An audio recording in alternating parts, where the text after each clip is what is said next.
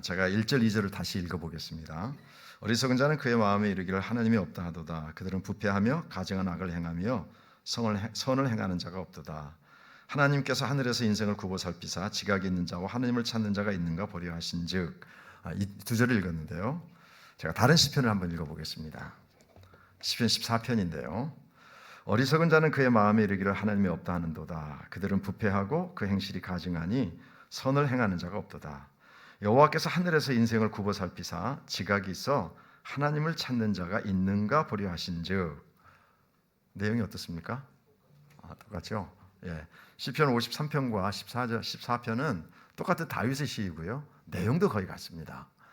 다만 이제 14편에서는 하나님을 여호와라고 표현했고요. 53편에서는 하나님이라고 표현했기 때문에 그 차이만 있을 뿐 내용은 똑같습니다. 자, 그렇다면 내용이 이렇게 똑같은데 왜 똑같은 시편이 이렇게 두 편이나 들어가 있을까? 여러분 아시겠지만 시편은 딱 150개만 있는 게 아니고요. 이 이외에도 많은 시편들이 있었을 겁니다. 그런데 하나님께서 시편이라고 하는 성경을 편집하시면서 150편을 선택하셨거든요. 그런데 왜 똑같은 시편이 모자라서 150편을 채우려고 했는데 이게 딱 149개밖에 없네. 이거 하나 더 넣어. 이것도 아니라면 더 많은 것들을 선택하실 수 있으셨다면 굳이 똑같은 내용을 선택하지 않으셔도 되는데 왜 똑같은 내용의 시편이 두 개 들어 있을까? 두 가지로 해석합니다. 첫 번째는 중요하기 때문이다. 중요하기 때문이다. 여러분 기억하십시오. 제가 이런 말씀드렸죠. 성경에 많이 나오는 게 중요하다. 많이 나오는 사람도 중요하다. 중요한 사람이 다 좋은 사람은 아니에요. 나쁜 사람도 많이 나오니까. 많이 나오면 중요하다. 반복해서 나오면 중요하다. 그런데 똑같은 시편이 두 번 나왔다. 이것은 굉장히 이 시편을 강조하기 위함이고요. 이제 다윗의 마스길로 구분했지 않습니까? 마스길은 교훈이라는 말씀드렸죠. 그러니까 시편 14편과 53편을 통해서 하나님을 믿는 사람들이 뭔가 교훈을 꼭 받았으면 좋겠다라고 하는 의미에서 두 번 사용했을 거다라는 게 첫 번째 해석이고요. 두 번째는 하나님이라고 하는 표현과 여호와라고 하는 표현이 다르게 기록된 것을 보면 이 시편은 그냥 있는 그대로 여러 세대와 여러 예배 전통 속에서 반복하고 재사용되었다라고 하는 것을 알려준다라는 것입니다. 물론 첫 번째 내용과 비슷한 내용이긴 합니다만은 이 똑같은 시편이 하나님을 여호와로 부르기를 좋아하는 익숙한 세대, 하나님이라고 부르기는 좋아하는 익숙한 세대에 상관없이 모든 세대에게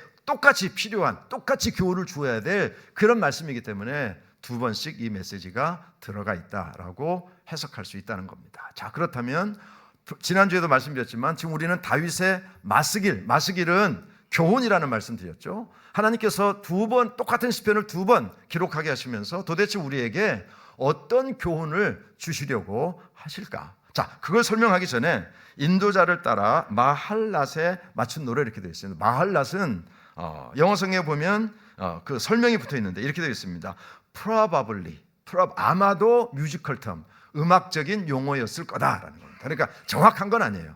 아마도 뮤지컬 텀, 음악적인 기호였을 것 같다 이렇게 보는 거예요. 정확한 건 몰라요. 그러니까 그냥 마할랏 이거 신경 쓰지 마십시오. 그냥 그때 그 당시 사람들이 이것을 노래로 부를 때에 마할랏이라고 하는 곡조, 마할랏이라고 하는 운율에 따라서 그냥 노래를 불렀다 이렇게 이해하시면 되니까 마할랏은 그렇게 중요한 게 아닙니다. 어쨌든 자, 그렇다면 지금 말씀드린 것처럼 하나님은 이 시편을 똑같은 시편을 두 번씩이나 시편 안에 들어가게 하시면서 어떤 교훈을 우리가 받기를 원하실까? 자, 처음 시작으로 갑니다. 어리석은 자는 그의 마음에 이르기를 하나님이 없다 하도다. 자, 첫 번째 사람은 어떤 사람이죠? 하나님이 없는 사람입니다. 하나님이 없다고 하는 사람인데요. 그냥 줄여서 하나님 없는 사람 이렇게 하십시다. 그러면 하나님 없는 사람 반대편에 누가 있을까요? 하나님 있는 사람.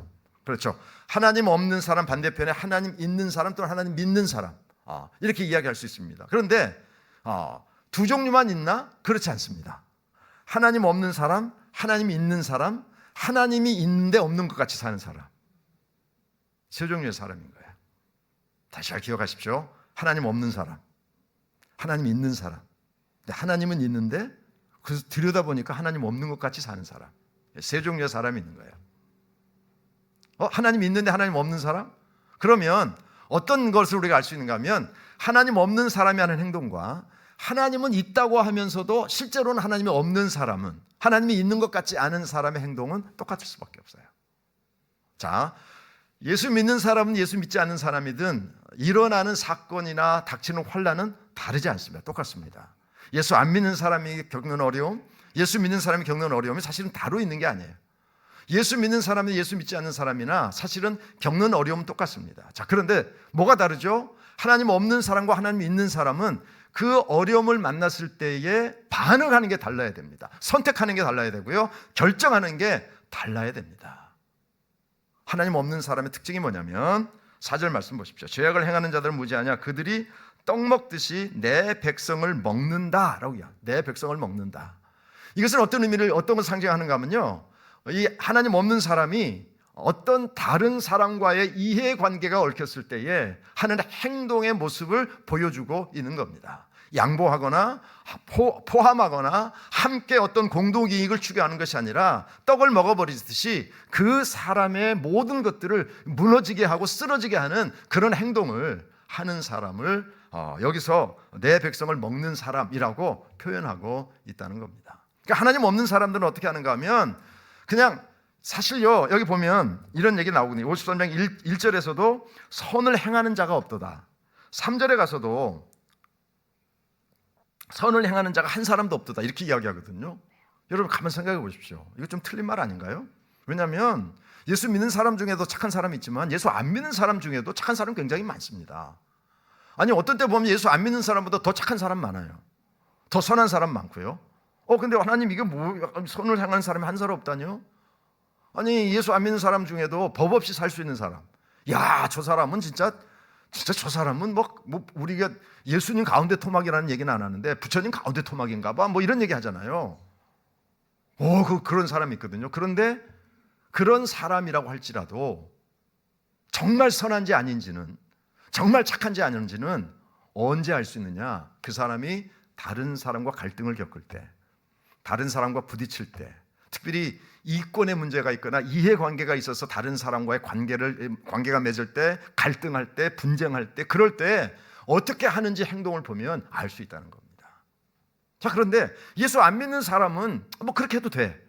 예수 안 믿는 사람, 하나님 없는 사람이니까. 근데 문제는 뭐냐면 하나님 있는 사람인데, 하나님이 있는 사람이어서 하나님이 있는 사람처럼 결정하고 생각하고 판단해야 되는데, 그가 다른 사람과 이해관계가 얽히거나 뭐 어떤 자리에 문제가 생기거나 어쨌든 그런 일이 생기면 하나님은 있는데 분명히 하는 행동이 하나님 없는 사람과 똑같이 행동할 수 있다는 겁니다. 이게 예수 믿는 우리들에게 심각한 질문이고 도전이라는 거죠. 여러분 그 TV 방송에 보면 몇 대 몇 그거 교통사고 그거 있잖아요. 그거 많이 보시더라고요. 한 땡땡에 뭐 그런 거. 거기에 보니까 어떤 사건이 하나 나왔어요. 사건이 나왔는데 어떻게 됐냐면 지나가다가 백밀러끼리 조금 부딪혔어요.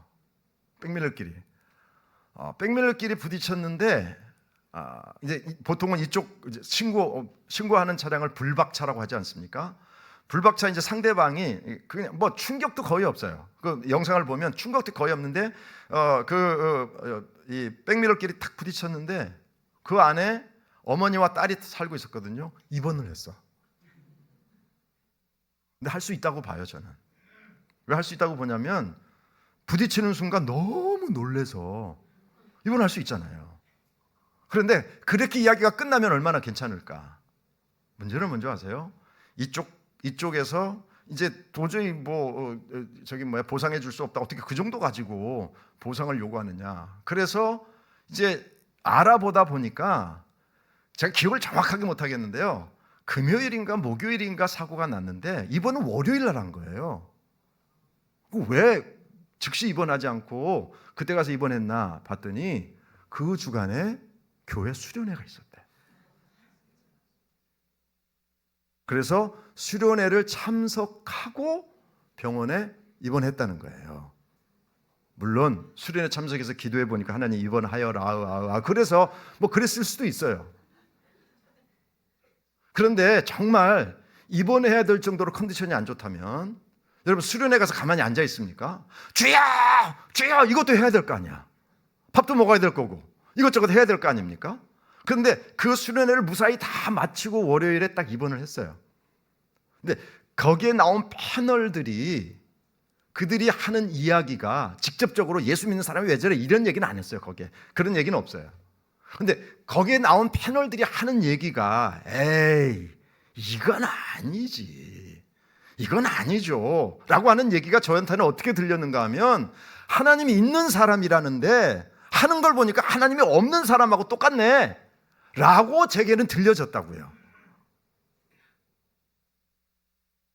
하나님이 있는 사람과 하나님이 없는 사람이 이런 갈등 관계가 생겼을 때에 하는 행동을 보면 그 사람이 정말 하나님이 있는 사람인지 아니면 하나님은 있다고 하면서 실제로 하는 것을 보면 하나님이 없는 사람인지 알 수가 있다. 두 번째, 5절에 보면 재밌는 얘기를 합니다. 그들이 두려움이 없는 곳에서 크게 두려워하였으니 라고 합니다. 두려움이 없는 곳에서 두려워했다는 이야기가 뭐냐면 두려워할 이유가 없어. 두려워할 필요도 없어요. 그냥 편안한 상태, 편안한 상태. 아무 두려워할 일이 없는데도 두려움을 갖는 사람, 이것을 하나님이 없는 사람의 특징이라고 본 거예요. 여러분 공포 마케팅이라고 들어보셨습니까? 공포 마케팅이라고 하는 건 뭐냐면 어떤 물건을 팔거나 아니면 하여튼 그 설득시키기 위해서 공포를 이용하는 거죠. 예를 들면 좋은 방향으로 이용하는 것도 있습니다. 그 중에 바로 담배곽을 보시면 여기 담배 피시는 분 많이 보셨을 거예요. 담배곽에 보면 거기에 뭐 궁항암 사진, 폐암 사진 이렇게 붙여놓고 계속 피시면 이렇게 됩니다. 이게 이제 공포 마케팅이에요. 근데 좋은 쪽으로도 공포 마케팅은 사용하지만 대개는 필요 없는 것을 사게 만들거나 그것을 갖게 만들려고 하는 것을 이용해서 공포를 조정하죠. 뭐 이게 공포라고 하기는 어렵지만 예를 들어 이런 거예요. 이번 달 마지막 방송입니다. 이 방송 끝나면 이 혜택 사라집니다. 이게 이제 그런 거예요. 큰일 났네. 이거 빨리 사야 되는데. 또한 이런 거죠. 요즘 이제 우리 어린 자녀를 키우는 우리 젊은 부모들이 여기 많은데요. 뭐 맘카페라든 이런 데서 아니 애한테 그걸 안 먹였어? 애한테 그걸 안 사줬어? 애한테 그걸 안 가르쳤어? 이 얘기를 들으면 두려움이 싹 생겨요. 우리 애만 뒤처져 있는 거 아니야? 우리 애만 어떻게 되는 거 아니야? 이게 다 공포. 그리고 이 정치 세력도 공포 마케팅을 하지 않습니까? 저쪽 사람들이 정권 잡으면 우리나라 다 망해. 이거 다 공포 마케팅이죠. 공포 마케팅을 제일 잘하는 사람들이요, 무당이나 점치는 사람들입니다. 여러분 제발 좀 거기 가지 마세요.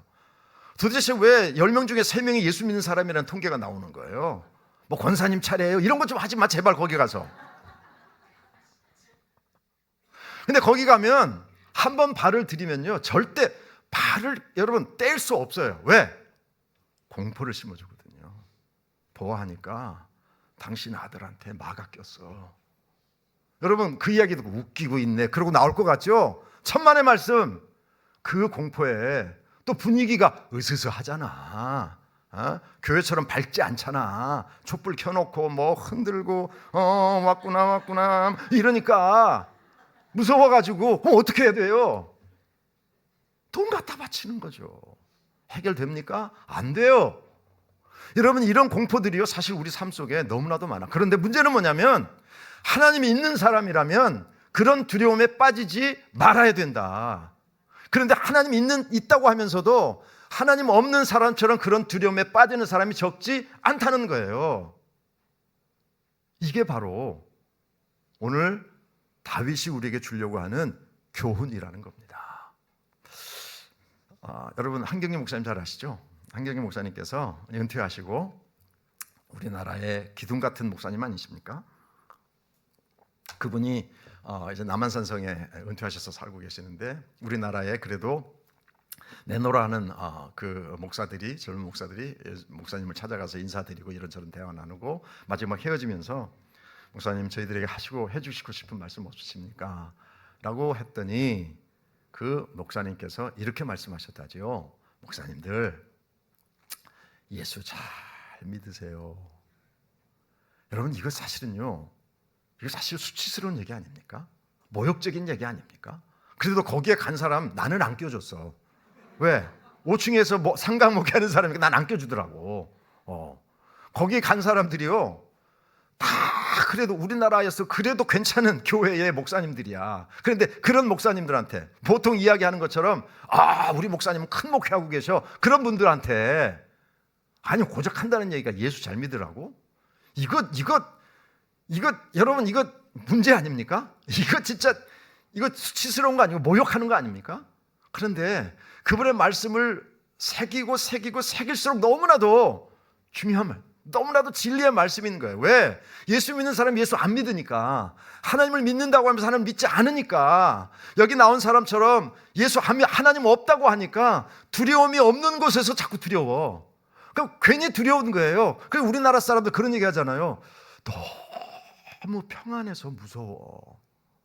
너무 요즘 일이 안 생겨서 두려워. 이런 거근데요. 그런데 예수 믿는 사람들도 어려움을 만나면 어떻게 해요? 두려워하고 무서워하고. 그래서 하나님 아닌 다른 것들을 찾아가려고 한다면 다윗이 우리에게 교훈합니다. 하나님 있다고 하는데 너 하는 거 보니까 하나님 없네. 하나님 없잖아. 우리가 하나님 잘 믿어야죠. 어떤 때 믿어야 됩니까? 오늘 6절에 보면 이런 상황이 있어요. 시온에서 이스라엘을 구원해 줄 자 누구인가? 하나님이 자기 백성의 포로된 것을 돌이킨다. 이렇게. 그래서 포로라고 하는 것은요, 단순하게 이스라엘 백성들이 포로로 잡혀간 적이 있으니까 그 포로를 이야기할 수 있어요. 또 하나는 이 포로를 어떻게 해석하는가 하면, 우리 예수 믿는 사람, 하나님 있는 사람을 공격하고 무너뜨리려고 하는 그런 어떤 환경일 수도 있어요. 사건일 수도 있고요. 그게 물질로 올 수도 있고, 건강으로 올 수도 있고, 뭐 사람과의 관계에 올 수도 있고, 가정 안에서 일어날 수도 있고, 교회 안에서 일어날 수도 있어요. 근데 그 나를 얽어매려고 하는 어떤 상황이든 그 상황에서 두려움이 아니라 하나님을 선택하는 거죠. 하나님, 내가 지금 마치 포로에 잡혀 있는 것 같이 어려운 상황입니다. 그러나 하나님께서 이 포로에서, 이 얽매임에서 풀어 주실 줄로 믿습니다. 두려움을 선택하는 것이 아니라 하나님을 신뢰하는 것을 선택하면 이 사람은 하나님 진짜로 있는 사람이란 말이죠. 그런데 하나님이 있다고 하면서 조금만 어려우면 두려워하고 어려워하고 속상해하고 그 무엇인가를 찾아가서 의지하려고 하고, 만약에 그렇다면 오늘 다윗이 이야기합니다. 당신한테 하나님이 있는 거야? 당신 하나님 있는 사람이야? 하나님 믿는 사람 맞아? 라고 우리에게 지금 야단치고 있는 것이고요, 도전하고 있는 것이죠. 그래서 여러분, 우리가 오늘 다윗의 교훈 앞에 잘 살펴봐야 됩니다. 나는 하나님을 믿는 사람인가? 나는 정말 하나님이 있는 사람인가? 그리고 나아가서 하나님 있는 사람처럼 다른 사람과의 관계를 유지하고, 하나님이 있는 사람처럼 어려움 속에서 하나님을 신뢰하고 있는가? 만약에 이 대답에 그렇습니다, 아멘입니다 라고 대답하지 못한다면, 여러분이 전혀 하나님을 부인한다는 이야기가 아니라 하나님이 있는 사람이지만 사실은 여러분의 삶 속에서 하나님이 없는 사람과 같이 살고 있을 가능성이 너무나도 많다. 그래서 오늘 다윗은 우리에게 이렇게 교훈합니다. 그들이 두려움이 없는 곳에서 크게 두려워하였으니 너를 대항하여 진친 그들의 뼈를 하나님이 흩으심이라. 여러분, 우리를 공격하고 우리를 마치 포로 된 것처럼 그런 환경들을 하나님께 어떻게 하신다고요? 흩어 버리시겠다고요. 이걸 믿는 것이 하나님을 믿는 거죠. 이것이 하나님 있는 사람의 특징인 것이죠. 그래서 오늘 다윗은 우리에게 다윗의 맞서길 교훈합니다. 당신은 하나님 없는 사람입니까? 하나님 있는 사람입니까? 물론 우리 하나님 있는 사람이죠. 그럼 한 번 더 질문합니다. 당신 분명히 하나님 있다고 대답했는데, 그러면 하나님 있는 사람처럼 살고 있습니까? 아니면 하나님 있다고 하면서 사실은 여러분의 삶 속, 당신의 삶 속에서 하나님이 없는 것처럼 살고 계십니까? 이 질문 앞에 우리가 어떤 대답을 해야 될까요? 내가 하나님 있는 사람입니다.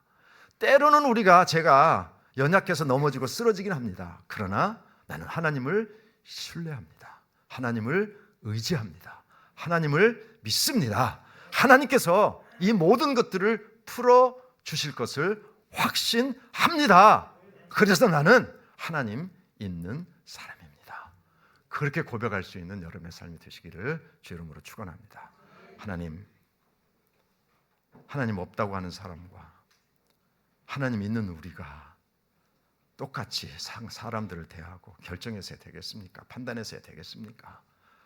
오늘 다윗은 시편 53편을 통해서 우리에게 교훈하며 도전합니다. 하나님 있는 사람이냐? 하나님 있다면 하나님 없는 사람처럼 행동하는 것이 아니라 정말 하나님을 신뢰하고 하나님을 의지하고 하나님을 붙잡고 하나님께 엎드리고 하나님께서 함께 하시켜서 믿고 나아가라. 아버지, 그 믿음으로 살아가는 우리 성도들이 될 수 있도록 역사해 주옵소서. 아버지 하나님, 우리 성도들의 삶이 때로는 너무 힘들고 팍팍해서 하나님 없는 사람처럼 좌절하고 낙심할 수도 있습니다. 그러나 하나님, 그때에 오늘 말씀을 붙잡게 하시고 어떤 상황 가운데서도 포로된 것을 자유케 하시는 하나님의 능력이 나와 함께 하심을 믿고 나아가는 우리 성도들 되게 하여 주옵소서. 예수님의 이름으로 감사하며 기도합나이다. 아멘.